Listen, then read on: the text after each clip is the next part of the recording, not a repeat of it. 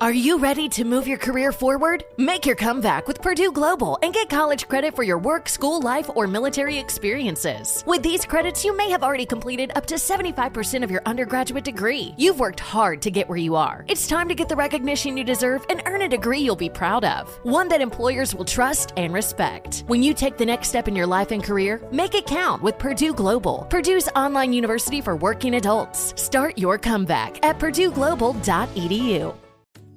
She's seen Encanto more times than she can count. And she can count to 10. She mentioned Mirabel in every conversation. But the moment she actually met Mirabel, she was speechless. That's pura magia. Find yours at Walt Disney World Resort. 5 years, 10 months, and 2 days. That's how long it took to grow the 38 inches to ride on Cali River Rapids. But the moment the wait finally ended, that was pura magia. Discover it at Walt Disney World Resort. Before we get started with today's episode, I want to let you know that it contains mentions of violence. Hello, from Wonder Media Network, I'm Jenny Kaplan, and this is Womanica. This month we're talking about go-getters, women who purposefully or accidentally acquired life-changing wealth, good fortune, or influence. A woman stands in her studio in Harlem. With her is a male model, standing close by, stoic and poised. In front of her is a head made of plaster, a near replica of the man's.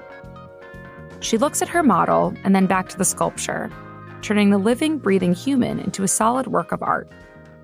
Please welcome Augusta Savage. Augusta was born in 1892 in Green Cove Springs, Florida.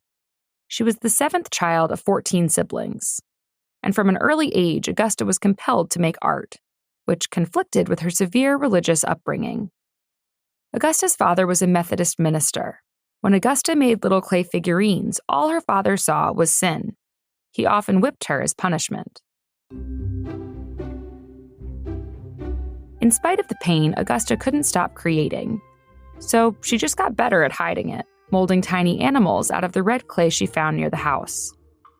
At 15 years old, Augusta married, gave birth to a daughter a year later, and was then widowed, remarried, and divorced, all before her 30th birthday.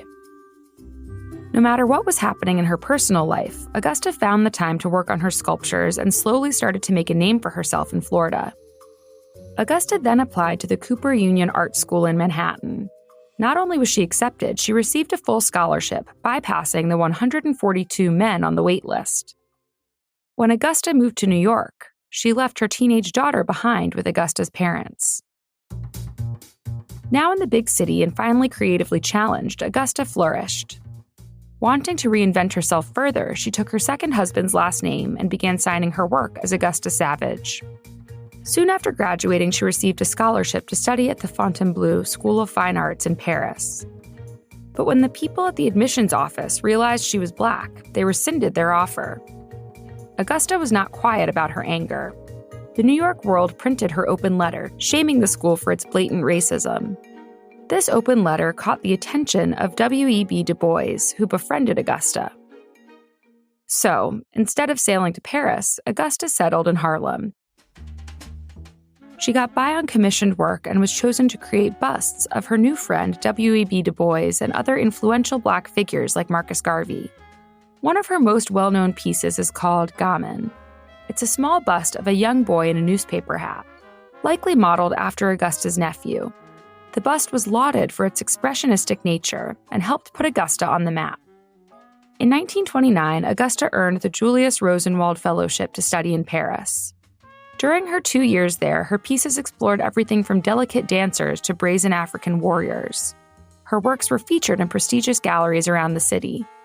When she returned to Harlem in 1932, she opened the Savage Studio of Arts and Crafts. This became an epicenter for Black artists during the Harlem Renaissance, and many creators passed through and studied under Augusta. Her pièce de résistance was made for her largest exhibition yet, the 1939 World's Fair in New York. Just 4 women were asked to participate, and Augusta was the only Black woman among them. For 2 years, she worked on the 16-foot-tall sculpture. The piece was shaped like a harp, with 12 Black singers standing tallest to shortest, in replacement of the strings. In front of the tallest singer, a Black man knelt holding a bar of music. The piece honored the musical contributions and influence of Black Americans. Augusta originally titled it Lift Every Voice and Sing, based on the poem by her friend, James Weldon Johnson. The poem is also more widely recognized now as the lyrics to the Black national anthem. The fair renamed Augusta's piece The Harp, much to her frustration. Lift Every Voice was stationed near the fair's gate for millions of people who attended the fair to see. Postcards and small replicas of her piece were sold as souvenirs. Unfortunately, that's all that remains as evidence of Augusta's contribution. When the fair ended, the piece was destroyed. Augusta did not have the money to store the piece or cast it in bronze, a more durable material. In fact, Augusta rarely had the funds to preserve her work. Though she was a fixture of Harlem's artistic community, she was always short on funds and often lived in poverty. Augusta eventually relocated to the quiet Catskills. After years in the countryside, she was diagnosed with cancer and moved back to New York City. Augusta passed away in 1962. She was 70 years old. Her work is still shown in major art houses, retrospectives, group exhibitions, and as a permanent fixture in the Smithsonian. All month, we're talking about go-getters. For more information, you can find us on Facebook and Instagram at Womanica Podcast. Special thanks to Liz Kaplan, my favorite sister and co-creator. Talk to you tomorrow. Before there was internet fraud and phone scams, there were always swindlers. Female swindlers too. Discover the stories of women from the past who not only survived but thrived as con artists and thieves. How did they use their feminine characteristics to swindle in a world where men made the rules? Join me, Lucy Worsley, historian and author, and my all-female team in Lady Swindlers, wherever you get your podcasts.